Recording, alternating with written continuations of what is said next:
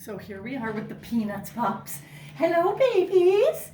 And this is great because Al's assisting me with the video, which is good because normally when I come over, they just want to come see me. But we're going to have Al do the video. Hi, everybody! When I got home, little Sally over in the corner, which is what Blair calls baked potato with sour cream Sally. Sally! And I call her sometimes downtown Sally Brown. But anyway, she was awake and now she's asleep, and so here's their expanded little universe. I'm going to leave it open in case Willow comes in. I'm going to go tell Shaq to be quiet right now.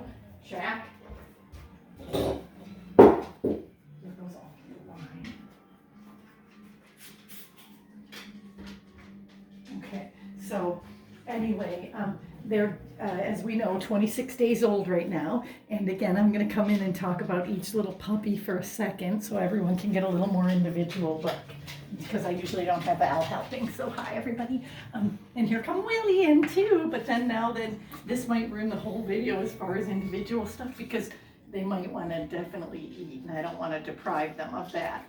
So let's let them do that too. Sally, I'll wake her up and talk about oh, maybe Willie's gonna jump out, or no, she's gonna, yeah, maybe. No, she doesn't. Okay, so look, so Willie jumped out, so here's Patty. This is beautiful peppermint Patty. Peanuts, please, peppermint Patty is what I think that's what we call her. Yeah, don't get any close-ups of me. Peanuts, please, peppermint Patty. Hello, baby, sweetheart. Oh, look at that. This dog right here is such an angel. Oh my gosh, you guys. And then I'm going to talk. No, don't get a close-up of me, though. But yeah, Patty is fine. Anyway, I'll talk a bit about look at this, my breeding philosophy. I think I've talked to a bunch of you and mentioned it before. Well, the philosophy is a different story, but just the nurturing part of this. No, I don't like to let them chew the fingers from even early on, and I substitute things. Look at this. But it's true. From the minute Willow, we know that she's having puppies. And I know this is a little esoteric and odd, but this is just what I do. From the minute that we know she is in fact pregnant, we just envision surrounding them with love and health and little love bombs going to their perfect homes to make those lives enriched with love, and also for the dogs to receive a lifetime of love. And I know that, like, in fact, it's kind of sad, but one of my competitors or whatever was actually derisive about that. Not to me personally, but that's how it's done in the dog show world. It's all backhanded, and she posted about, like, again, with derision that, oh, somebody does this to give love or whatever. And you know what? It's sad that someone's that jaded, but the other side of it is that's absolutely the truth. This is an extremely loving breed. Those of you who are the fans understand and know that. This is the reason that we do it. And there's other reasons. I want to talk about that in future, just the science and the art and the joy of breeding. Something I wanted to do since I was a kid, and learning all about it. Right here is Belle, so I'll talk more about that later. But first, let's enjoy. Look at this little, oh, it's Henrietta. Did you hear it? She gave a little snarky little growl. Hi, Belle. Oh, but then she make up for it with a big old kiss. So this is Precious Belle. Everyone loves her. Blue Fawn Belle with the black nose. Yeah. My little, you gave a little snarking for Henrietta. Yes, you did. And I'll give you back to Willie, and you can get a video for everybody out of the Puppies with Willie too, if you want. But oh, let me pick up my Chuck. Now I know you guys might get a little sick of seeing him already because this guy. Oh, are you gonna give me some talking? Now he's just nothing but a love bug. He's turned into nothing but a love bug. Yes. Look at him. I think he went from so much snarking. Look at this hunk of handsomeness. This is Chuck, born last, leading the pack. Okay. Now, let's see who else. Oh, there's my Sally baked potato, and little Patty is in here thinking that, Patty, sweetheart, this is your mama right over here. And I want to show everybody more individuals, but they are busy eating now, so I guess maybe I will talk a minute. I mean, I think I've mentioned to a bunch of you already that the puppy rearing philosophy we do too is that, you know, we do just keep them, obviously a huge part of our house, and human interaction from day one as much as possible, and then variety of different experiences from textures to surfaces. All these things that look accidental are really strategic because we want them to hear all different sounds. We want nothing to freak them out. And so the rule is just overexposure almost. And I did learn last time that you can take that only to such a degree because I was very casual and flippant on giving the puppies baths from the last litter. And so I wasn't thinking it through, and it was warm and they were maybe 6 weeks old, and I put a little slip lead on them, and I just started hosing them and they freaked out. So then they kind of negatively associated the lead.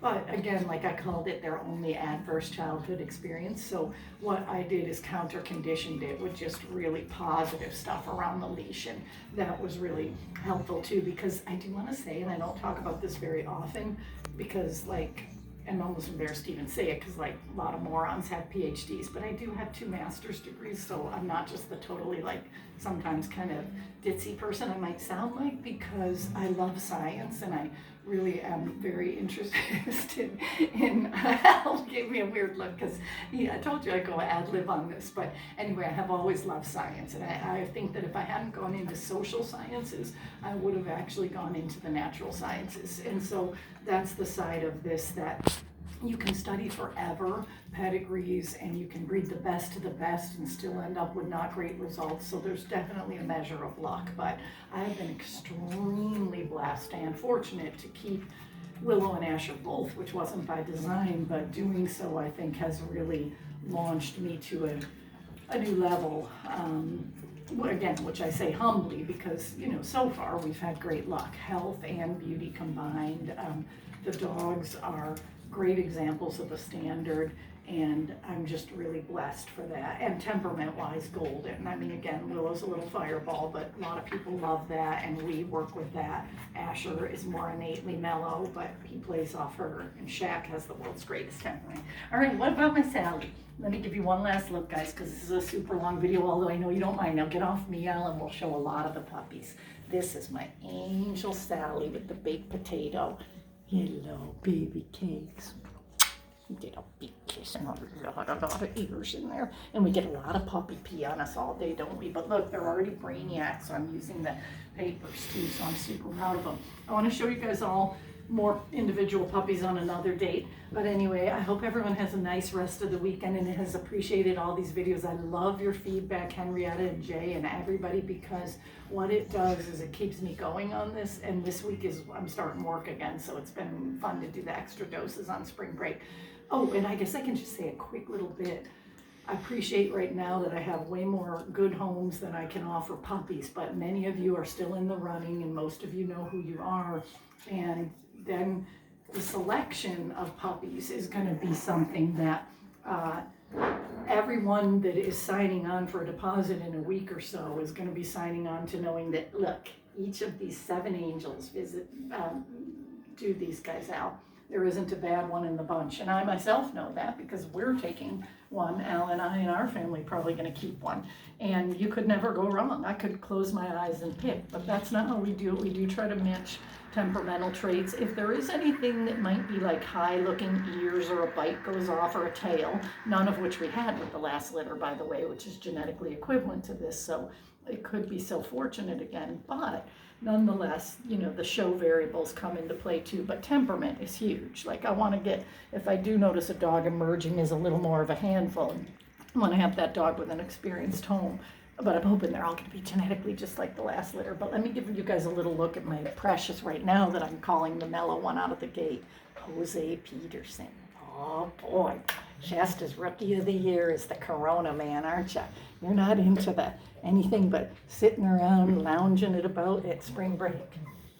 This is my little cutie, Jose Peterson. All right, so I think I've actually given an individual of everybody except, let me do Lucy, because I know I didn't do Lucy, and I feel like I'm missing some. Oh, Franklin. Let me do Lucy and Franklin. Lucy is a gorge, and here she is. She is going to have one red ear on the judge's side, I might add, so all the girls are still in the running for me to consider for my next show pick. And look at, this is gorgeous right there with the white and the red. The breeding purposes, as I was telling somebody, I might lean more towards Belle and Sally, only because you want a lot of pigmentation when you breed like Willow. She's a lot of red and white, but look at Shaq. She's pure white, you guys, and she produced 7 different colors in one litter.